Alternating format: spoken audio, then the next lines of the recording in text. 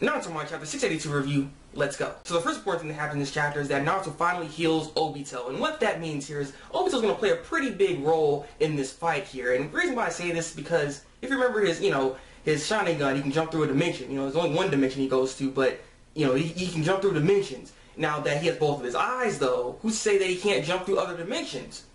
But on a lower scale than Kaguya, of course, because, Kaguya, she's a freaking god.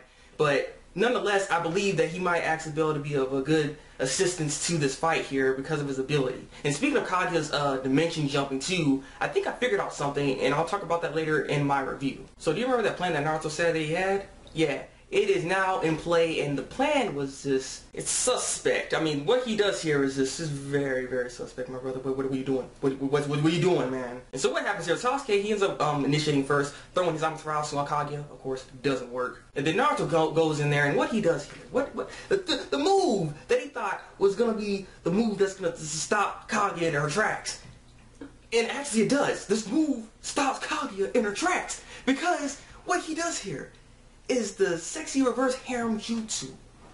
So it's just a bunch of clones and a bunch of men. Like, we see freaking Sai in there for some reason, and we see, I think that's Yugo in that picture. I'm gonna show you. It's like, is that Yugo right there? Is that Yugo? I don't know. It's just looking kind of suspicious. I'm like, what's happening here? And that was a good distraction because her face was just like, oh, man. And then, bow right in the kisses. And so there's two things that I got out of that whole thing. Naruto, my brother, this is the first one.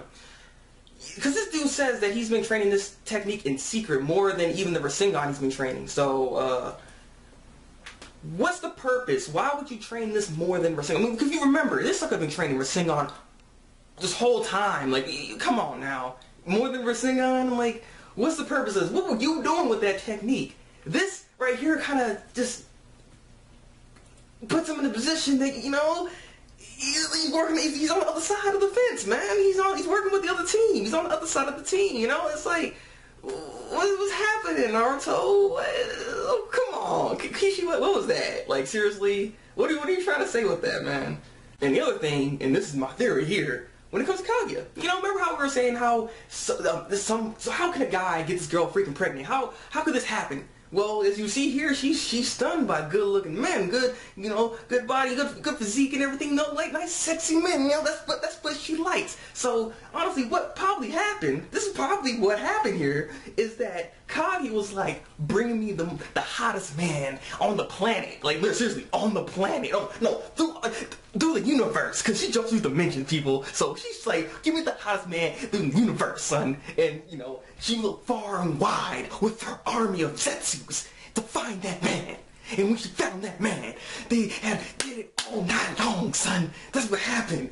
That's the story. That's what went down and how the freaking kid came out and so on and so forth. That's my theory. I'm sticking to it. I just know Kaguya can't resist the power of the D, son. The D. But after that distraction worked, Naruto and Sasuke tried to seal Kaguya, but that failed because Kaguya ends up teleporting them or jumping them through another dimension, and this dimension is an icy terrain type of field. And also they got frozen too. Even Kaguya's actually frozen. But as you see, she can jump through dimensions. She just dimensioned herself out of that frozen pillar, or whatever that was actually. I'm not really sure. It was a mountain, I guess? I don't know. The whole point is they're frozen now. Now, here's one thing I want you guys to note, and this is what I was talking about when it comes to Kaguya's dimension jumping ability here, because I have to give this to the female reviewer here. She's noticing that apparently every dimension that they jump to so far has had a castle there.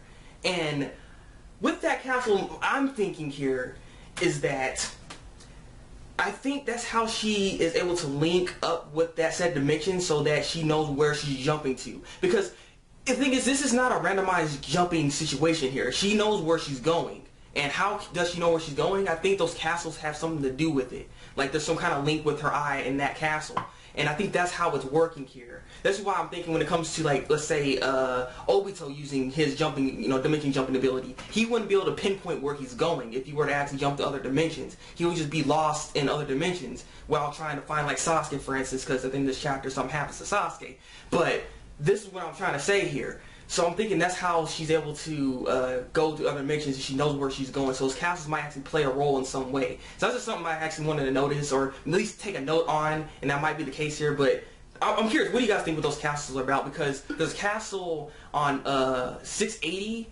It's on page 16. If you go on page 16 on Manga Panda, you'll see that there's a castle there in the lava place. And over here on page 13 in this latest chapter, you see a castle there as well. So, you know, again, if you guys have any theories on that, I'd like to know what you guys think. But I'm thinking, again, her eye must connect to that castle, which is why she knows where she's going. And I mean, that's how she probably knows how to jump through all the other dimensions, or it's helping her in a way to get these other spots. So Naruto and Sasuke get out of the ice. Sasuke ends up Amaterasuing the ice, and he ends up getting out of it like that. Kaguya, seeing that they're pretty much a handful when they're together, decides to actually separate them. So she ends up separating Sasuke from Naruto, sending Sasuke to another dimension. So yeah, this is going to be interesting how this whole thing set up, because now freaking Sasuke is in another dimension, and I'm curious what he's going to have to do here, because I mean, he has a teleportation technique, but I don't think he can jump through dimensions with that technique. If he can, I'm curious to see how it's going to work. That's why I think Obito's going to play a part in this whole thing, because I believe that Obito's going to be able to try to find Sasuke and